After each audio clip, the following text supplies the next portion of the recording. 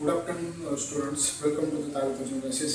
जसे की आपण पाहत आहोत जे सोशल सायन्समध्ये आपण जी CBSE 10ची आपण सिविक्सची जी सिरीज पाहत आहोत. याच्या पहिले बी मी व्हिडिओज टाकलेले आहेत आणि आपण त्यामध्ये पॉलिटिकल पार्टीज हे हा चॅप्टर कंटिन्यू पॉईंट वाईज मी एक्सप्लेन करत आहे. सो माफ करा की यावेळेस मी मराठी आणि इंग्लिश या दोन्ही लँग्वेजमध्ये ट्राय करत आहे. मी आत्ता याच्या अगोदरपर्यंतचे सगळे व्हिडिओ मी हिंदीमध्ये आणि इंग्लिशमध्ये अपलोड केलेत. सो हा नवीन प्रयोग आहे की मराठी स्टुडंट ॲज वेल ॲज बाकीच्यांना पण कळेल असं मी मराठी आणि इंग्लिश या दोन्ही लँग्वेजमध्ये आज मी हा व्हिडिओ तुम्हाला एक्सप्लेन करणार आहे किंवा ही सिरीज जी आहे आपली ही मराठी आणि इंग्लिशमध्ये मी करणार आहे. जर तुम्हाला नाही आवडलं तर परत हिंदी आणि इंग्लिशमध्ये मी करेन. ठीक आहे. सो आज आपण या तिसऱ्या पार्टमध्ये आपण पाहणार आहोत पॉलिटिकल पार्टीज. आता पॉलिटिकल पार्टी ही जी कंट्री असते it's very important for the countries administrative point of view, political system point of view. Political पार्टीचा रोल जो असतो तो गव्हर्नमेंटमध्ये स्टेट गव्हर्नमेंट, लोकल गव्हर्नमेंट आणि सेंट्रल गव्हर्नमेंट या तिन्हीमध्ये खूप महत्त्वाचा असतो. सो जे काही लोकांचं पॉलिटिकल पार्टिसिपेशन असतं ते पॉलिटिकल पार्टी थ्रूच होतं. ठीक आहे.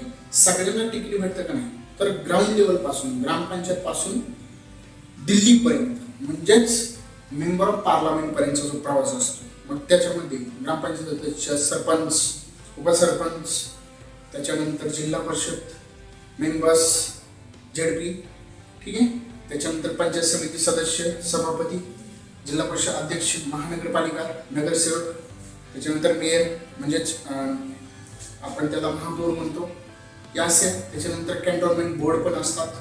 याच्यामध्ये जे आर्मी आणि जिथे सिव्हिल एरिया येतो तिथे जे त्यांचं रिलेशन येतं तिथे कॅन्टोन्मेंट बोर्ड असतात. सो अशा पद्धतीने नंतर आमदार, त्याच्यामध्ये विधान परिषद आणि विधानसभा.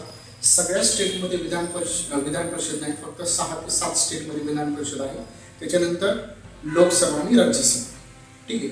या लेवलपासून पॉलिटिकल पार्टीज हा रोल प्ले करतात. सो यामध्ये सिरीजमध्ये आज आपण पाहणार आहोत पॉलिटिकल पार्टीज. आणि पॉलिटिकल पार्टीजमध्ये याच्या अगोदर आपण मिनिंग्स वगैरे सगळं जे बेस आहे तो पाहिलेला आहे. यामध्ये आपण पॉलिटिकल पार्टीज कोणत्या असतात, नॅशनल पार्टीज, स्टेट पार्टीज आणि अदर जे त्याच्या रिलेटेड एक्झाम्पल आहे ते आपण पाहणार आहोत. ठीक आहे. सो पहिले national political parties. National political party एखादी party as a national party recognize करण्यासाठी कोण ठरवतं, कशा पद्धतीने ठरवतं, त्याचे क्रायटेरिया काय आहेत हे आपण पाहणार आहोत. So national political parties. So first its criteria apply to the country wide parties unit are in various states. मतलब म्हणजे अशी पार्टी ज्याचं कंट्री वाइड युनिट असलं पाहिजे. Second, a party that secures 6% of the total votes in Lok Sabha. म्हणजे त्या पार्टीने at least 6% votes लोकसभेमध्ये घेतले पाहिजे, जे पण वोटिंग होईल त्याच्या.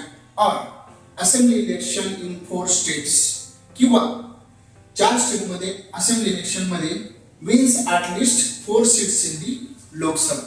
म्हणजे 4 स्टेटमध्ये 4 सीट्स लोकसभेचे त्यांनी जिंकले गेले पाहिजे, तेव्हाच ती पार्टी नॅशनल पार्टी म्हणून रेकग्नाइज केली जाते. त्याच्यानंतर जी स्टेट पार्टी आहे, state political parties also called regional political parties. म्हणजे state political parties regional political party पण बोललं जातं. So a party that secures 6% votes in the legislative assembly election of states.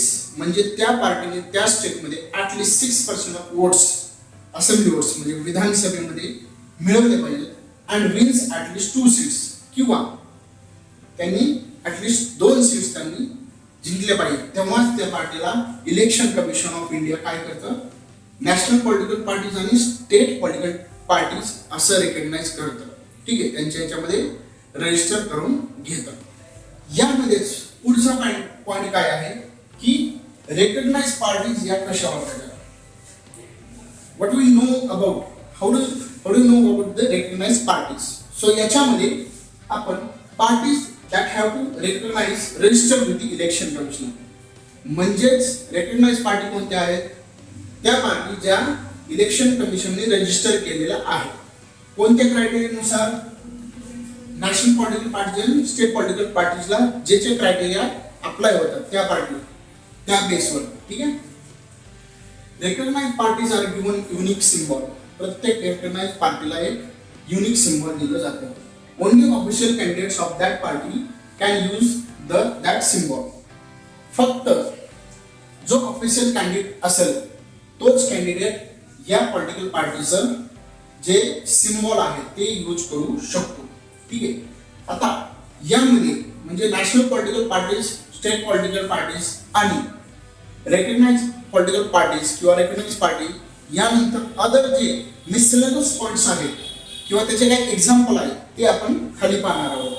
So some important points और examples. So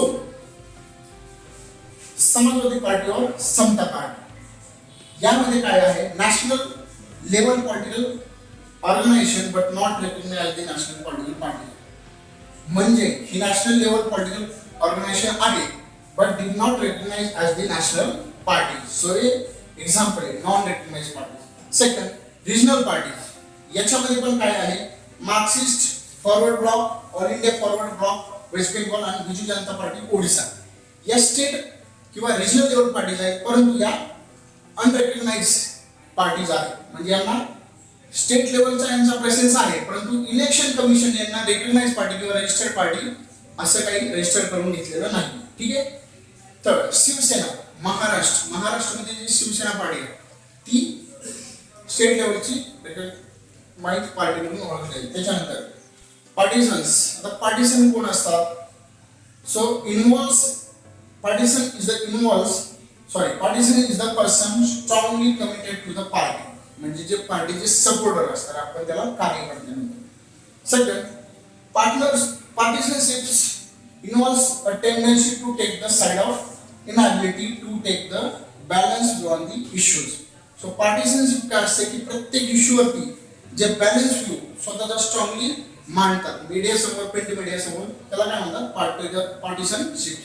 so या पद्धतीने आपण या व्हिडिओमध्ये जे आपली जी सिरीज आहे ती पॉलिटिकल पार्टी त्याच्यामध्ये नॅशनल पॉलिटिकल पार्टीज, ठीक आहे, त्याचे क्रायटेरिया, त्याच्यानंतर स्टेट पॉलिटिकल पार्टीज त्याचे क्रायटेरिया, त्याच्यानंतर रेकग्नाइज पार्टीज त्याचे क्रायटेरिया आणि सम इम्पॉर्टंट अदर पॉइंट्स म्हणजे त्याच्यामध्ये जे नॉन रजिस्टर्ड पार्टीज आहेत म्हणजे नॅशनल लेवल आणि स्टेट लेवल ते आपण पाहिले.